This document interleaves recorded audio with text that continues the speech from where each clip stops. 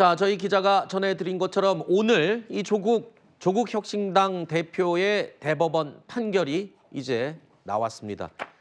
선고가 연기되느냐 마느냐 말도 많았었는데, 자, 일단은 결과 징역 2년 확정입니다. 자녀 입시 비리, 청와대 감찰 무마, 청탁금지법 위반 등의 혐의로 유죄를 인정했던 1심과 2심 판결이 그대로 모두 인정이 된 겁니다. 이에 따라서 조국 대표 의원직 상실했습니다. 그리고 대통령 선거 출마 불가능합니다. 조만간 수감될 예정입니다. 의원직은 물론이고 당 대표직에서도 이제 물러나야 합니다. 앞으로 5년 동안 피선거권도 제한됐습니다. 참 긴 시간 동안 결정이 된 건데, 기소 5년 만에 조국 대표에 대한 대법원 선고가 나온 겁니다. 지금 송영훈 대변인님 자리에 나오셨는데, 일단 이 대법원 선고 어떻게 평가하십니까? 일단 그 전에 먼저 한 가지 말씀드릴 것은 오늘 오전 11시 45분 네. 선고와 동시에 이제 조국 대표는 조국 대표가 아니고 조국 전 대표가 됐습니다. 네. 왜냐하면은 우리 중앙선관위는 어떻게 유권 해석을 하냐면 그 유죄 판결이 징역형의 유죄 판결이 확정되는 순간 공직선거법상 선거권, 피선거권이 없는 자가 되거든요. 네. 그 동시에 정당에 가입할 자격이 없어지기 때문에 당원의 지위를 자동적으로 상실한다라고 보고 있습니다. 그래서 네. 그 경우에는 정당의 대표자를 맡고 있는 경우에도 자동적으로 정당의 대표 지위가 없어지는 겁니다. 그래서 지금 이 순간부터는 우리 언론에서도 조국 혁신당 대표가 아니고 조국 전 대표라고 불러야 맞다라는 점 말씀드리고요. 네. 그다음에 이 조국 사태라고 하는 것이 2019년부터 시작된 거 아니겠습니까? 네. 2019년 8월부터 처음에 의혹이 제기되고 수사가 시작이 됐는데 벌써 만으로 5년 4개월이 지났습니다. 네. 너무나 긴 시간이 지났고 이렇게 지연된 정의라고 부를 수 있을 것인가, 이런 점에 관해서 우리 사회가 깊은 관심을 기울여야 된다. 어떻게 하면은 정치인, 힘 있는 사람들에 대한 수사와 재판은 더 신속하게 진행될 수 있고 예외를 두지 않을 수 있을 것인가에 대해서 더 많은 논의가 이루어져야 된다, 이렇게 생각합니다. 일단 이 정말 긴 시간 끝에 결론이 난 겁니다. 그동안 말도 많았고 논란도 계속 이어졌던 조국 전 대표. 이 조국 전 장관의 이야기로 처음엔 시작이 돼서 논란이 퍼지기 시작한 건데요. 그동안의 목소리를 한번 몇 가지 모아봤습니다. 들어보시죠. 제 딸이 문제 논문 덕분에 대학 또는 대학원에 부정 입학했다는 의혹은 명백한 가짜 뉴스입니다. 법적으로 어떤 하자가 없다는 점은 이미 보도자를 통해서 밝힌 바 있고요. 변명이 아니라 제가 아이나 집안 문제에 소홀히 하는 남편이고 아빠였다고 솔직히 고백을 합니다. 제 일에 바빠서 장학금이나 이런 문제를 잘 알지는 못했던 건 사실입니다. 이제 2심까지 실형이 나와가지고 네. 대법에서 실형 확정되면 어떡합니까? 정치인 조국은? 뭐 감옥 가야죠. 방법이 없죠. 뭐 감옥 가야 되고 실형 2년이 그대로 유지될지 일부 파기가 되어서 감형될지는 모르겠습니다. 그러면 가서 그동안 뭐 재판 받느라고 어떤 정치하느라고 못 읽었던 책 읽고 뭐 푸시업하고 뭐 스쿼트하고 뭐 플랭크하고. 조국 대표에 대해서는 지금까지 12개 혐의가 있었습니다. 대표적인 혐의로 요약을 하면 이렇게 3가지 정도로 추릴 수가 있을 것 같은데요. 첫 번째가 일단 자녀 입시 비리가 있었고요. 그리고 두 번째로 자녀 장학금을 부정하게 수수했다라는 의혹도 있었습니다. 그리고 또 유재수 감찰 무마를 시도했다는 혐의도 있었죠. 자, 이 부분에 대해서 이와 관련해서요, 조국 대표뿐만 아니라 이와 관련된 연루된 사람들의 이 판결은 이미 다 나왔습니다. 자, 보시는 것처럼 아내죠. 조국 대표의 아내 정경심 교수 같은 경우에는 이미 자녀 입시 비리로 징역 4년, 그리고 아들 입시 비리로는 징역 1년, 집행유예 2년을 확정받았고, 백원우 전 청와대 민정비서관 감찰 무마 혐의와 관련해서 징역 10월, 노한중 전 부산의료원장, 이거는 장학금 부정수수 의혹과 관련된 부분인데요. 이미 벌금 1,000만 원 확정을 받은 상태입니다. 그리고 마지막으로 이제 조국 전 대표가 징역 2년 실형을 확정받은 겁니다. 자, 당 대표가 저렇게 실형을 받고 구속 수감될 경우에 조국 혁신당 앞으로 어떤 길을 걷게 되는 겁니까? 물론 미리 이 상황을 예견하고 준비를 다 맞춰놨다라는 얘기도 들었는데요. 그러니까 아마 이제 뭐 원내대표가 대행을 하고 네. 그리고 당분간 뭐 비대위 체제로 간다든지 하는 어떤 정치적인 체제 변화는 뭐 불가피해 보이고요. 근데 그 부분에 대해서도 이제 조국혁신당이 아마 예상을 했었을 거기 때문에 어느 정도의 준비는 좀 되어 있었을 것이다라고 봅니다. 근데 이제 다만 이제 큰 틀에서 봤을 때 이 조국혁신당이 조국 대표라는 사람으로 인해서 갖고 있었던 구심력 있게 지켜왔던 그런 정치적인 에너지가 어디로 갈 것이냐, 그러니까 이게 흩어질 것이냐 아니면 계속 조국혁신당이라는 틀 안에 머무를 것이냐 이것을 좀 지켜봐야 되는데 아마 지금 상황 자체가 이제 윤석열 대통령에 대한 탄핵 정국이 이어지고 있고 그리고 최근에 있었던 이 비상계엄 사태로 인한 정치권의 파장이 큰 만큼 지금 당장 어떤 조국혁신당 대표의 뭐 부재로 인해서 어떤 정치적인 에너지가 바로 흩어지거나 산화된다 이렇게 보기는 어려울 것 같고요. 오히려 조국혁신당 대표의 입장에서는 지금 이런 어떤 정치적인 상황에 대해서 본인이 책임을 뭔가 다하지 못하고 간다 이런 아쉬움이 있는 만큼 네. 구성원들에게 더 많은 정치적인 역할을 당부하고 떠날 것으로 보입니다. 네. 그런 만큼 당분간은 그럼에도 불구하고 부재에도 불구하고 구심력이 어느 정도 유지되는 상황이 되지 않을까 싶습니다. 이른바 조국 흑서의 저자죠. 김경률 전 국민의힘 비상대책위원 오늘 채널A 정치 시그널에 출연해서 이런 발언을 했습니다. 들어보시죠.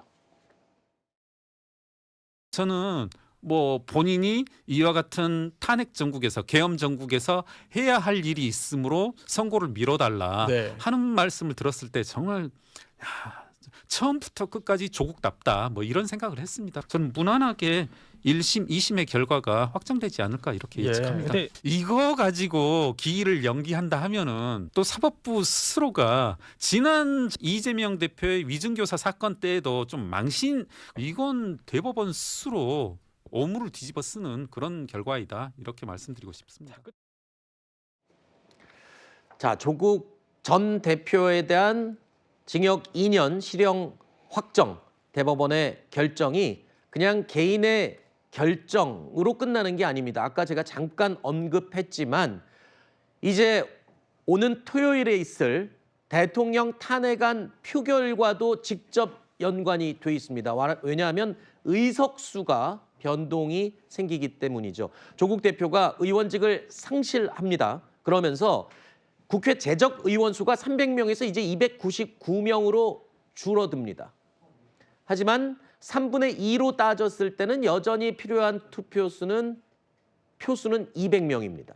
자, 이게 조금 이해가 안 되고 복잡해질 것 같아서 어떤 이 상황이 되는 거죠? 이제 의석수가 한 명이 줄었어요. 299명으로. 네. 그럼 이제 어떻게 되는 겁니까? 그렇죠. 조국 혁신에서 한 명이 빠지니까 전체 네. 의석수가 한 명이 줄었습니다. 네. 현재 기준으로 보면은 이탈표가 9표가 나와야 되는 게 아하. 맞습니다. 하지만 지금 그 의원 선서가 있습니다. 네. 만약에 탄핵 표결한 그날 의원 선서를 맨 처음으로 한다 그러면요. 다시 300명이 될 수가 있습니다. 네. 그러니까 비례대표이기 때문에요. 승계할 수 있거든요. 네. 지금 13번 후보가 여성으로 알고 있는데 네. 그 후보가 조국 이제 혁신당에서 새로운 의원으로 승계를 받아서 그래서 표결한 그날 본회의 맨 첫 번째 순서로 본회의에 출석해서 의원 선서를 하면 바로 표결권을 가집니다. 근데 그게 통보하고 뭐 선관위에 통보하고 네. 다시 통보를 받고 뭐 이러는 과정이 금방 걸리지는 않는다면서요? 막 2, 3일 걸린다면서요? 그렇죠. 지금 이 상황이라서 이걸 압축해서 아마 할 수 있을 겁니다. 아. 야당에서는요. 네. 야당 입장에서는 아마 독촉해서 압축해서 할 수 있을 거고요. 네. 또 비상 상황이라 생각하면 선관위에서 절차를 선관위 위원들을 소집해서 신속하게 처리할 가능성이 높습니다. 네. 그래서 아마 제가 생각하기에는요. 이번 토요일에 전체 표결의 제적 의원수는 300명으로 크게 변화가 없을 것이다. 한 명이 줄지 않고 네. 그대로 진행될 가능성이 높다. 그래 봅니다. 잠시 후에 저희가 국민의힘 내부 분위기 한동훈 대표와 신임 원내대표의 이야기를 다시 한번 짚어보겠지만 국민의힘의 의원들이 표결에 참여하느냐 여부 또 몇 명이 찬성표를 던지느냐 여부가 중요한 변수가 되겠지만 그거와는 별도로 야당 입장에서 보면 지금까지 8표를 굉장히 중요하게 이탈표를 바라고 있었는데 조국 혁신당 전 대표가 이제 빠져나가면서 이제 9표가 되면 야당에서도 좀 부담스러운 부분이겠어요? 물론 한 표 한 표가 지금 상당히 중요한 상황이기 때문에 사실 8표보다는 9표가 더 부담스러운 상황이 맞지만 지금 현재 돌아가고 있는 상황을 보면 제 개인적인 생각으로는 한 20표 정도의 이탈표는 나올 거라고 보고 있습니다. 그러니까 일전에 있었던 특검법, 상설특검법 통과를 했을 때 22표의 여당에서 이탈표가 나왔는데 사실 이게 어떻게 보면은 탄핵 가결에 대한 예비고사라고 볼 수가 있거든요. 네. 그러니까 오는 14일에 보는 진짜 본고사에서는 최소한 20표 정도가 나올 것 같고 또 오늘 한동훈 대표가 어쨌든 탄핵에 찬성을 해야 된다라고 입장을 분명하게 밝혔기 때문에 네.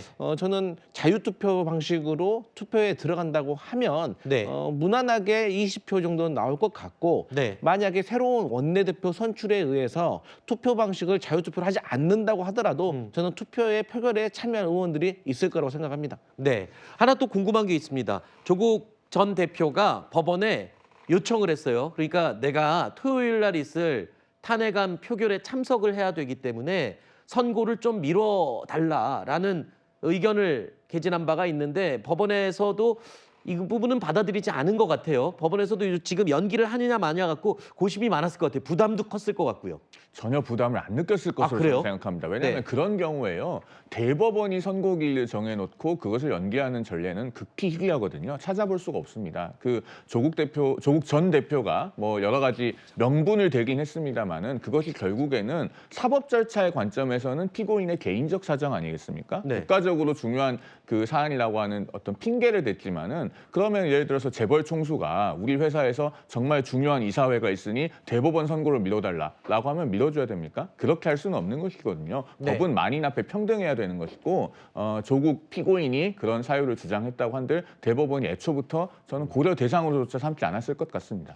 지금 속보가 들어왔는데요. 검찰이 조국 전 대표에게 내일까지 출석하라고 통보할 예정이다라고 합니다. 저건 무슨 의미인가요? 지금 수감 절차를 밟기 위해서인 그런 건가요? 그렇습니다. 이제 징역형이 확정이 됐는데 피고인이 구속되어 있지 않은 상태인 경우에 검찰이 이제 판결 확정을 확인하게 되면 그 형을 집행하게 되는 것은 검사의 권한입니다. 네. 그래서 과거에 한명숙 전 국무총리 또 김경수 전 경남지사 이런 인물들이 수감될 때의 과정들을 우리 시청자들께서도 기억하시는 분들이 있을 텐데요. 네. 그래서 통상의 경우에 이제 검사가 피고인에게 어느 시점까지 어디로 나와라라고 통보를 하고 그렇게 해서 이제 그 교도소 안으로 데리고 들어가는 방식으로 형 집행이 됩니다. 그런데 네. 우리가 이 지점에서 꼭 하나 짚어야 될 것은 저런 과정이 없어도 됐습니다. 사실 1심, 2심이 일관되게 실형이고 똑같이 징역 2년이면은 보통 항소심에서 법정 구속을 하는 것이 일반적이거든요. 네. 그런데 그 조국 전 대표에 대해서는 2심에서 그렇게 법정 구속을 하진 않았습니다. 네. 그러다 보니 자 지난번에 한명숙 전 총리나 김경수 전 지사의 형 집행 과정에서도 교도소 앞에 그 지지자들이 몰려가고 네. 일종의 정치적 이벤트처럼 되는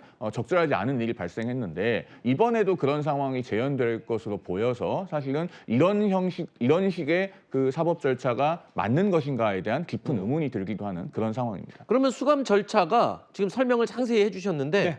다 완료되려면 며칠 정도 걸리나요? 언제 수감되는 거예요, 조국 전 대표는? 그거는 굉장히 다릅니다. 케이스마다 그래요? 케이스. 예, 네. 지난번에 김경수 지사 같은 경우는요. 한 3일 정도 줬고요. 네. 한명숙 지사도 마찬가지입니다. 한 3, 4일 정도 줬습니다. 금요일 해가지고 다음 주 월요일에 수감되는 그런 절차를 줬었거든요. 준비하는 시간을 주는 준비할 건가요? 시간을 줬던 거죠. 예, 그랬던 거고요. 저는 사실 오늘 대법원에서 이 선고가 저는 정상적으로 선고 기일 연기도 없었고 형량도 그대로 나왔을 거라고 저는 예측을 했습니다.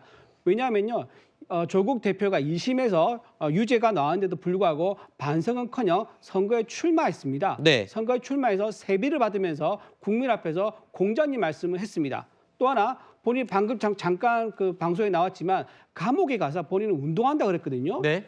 반성은커녕 오히려 감옥에서 운동한다면서 본인 형량에 대해서 전혀 인정하지 않는 모습을 보였습니다. 네. 또 하나 마지막으로요. 지금 선고 일정을 연기를 전혀 고려를 안 했을 거라는 이유가 뭐냐면은 지금 정권이 바뀔 수 있는 그런 위기에 와 있습니다.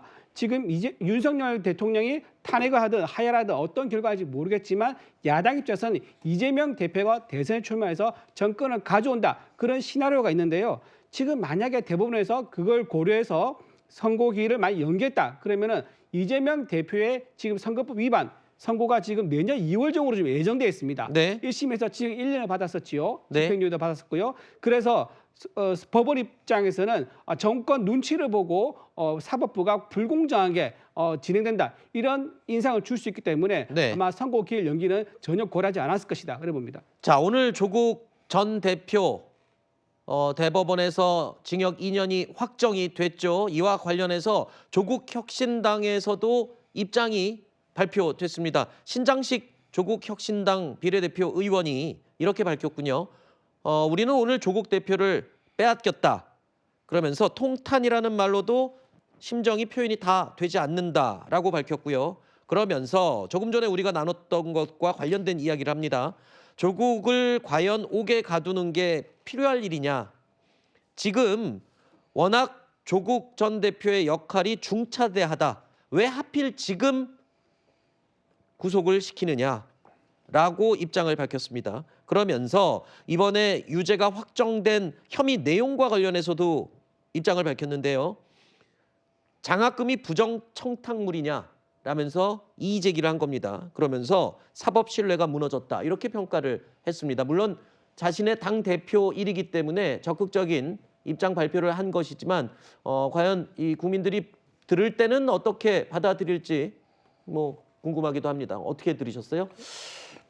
사실 이제 조국 혁신당 전 대표 조국 대표가 사실 저희 민주당의 소속은 아니기 때문에 저희 민주당으로서 딱히 드릴 말씀은 없습니다. 네. 근데 어쨌든 간에 조국 대표의 사태로 인해서 온 나라가 사실 들썩일 때가 있었지 않습니까? 네. 그리고 또 말씀하셨지만 조국 대표의 어떤 지난 어떤 법원과의 어떤 선고 절차까지를 보면 네. 사실 이례적인 면도 있긴 했습니다.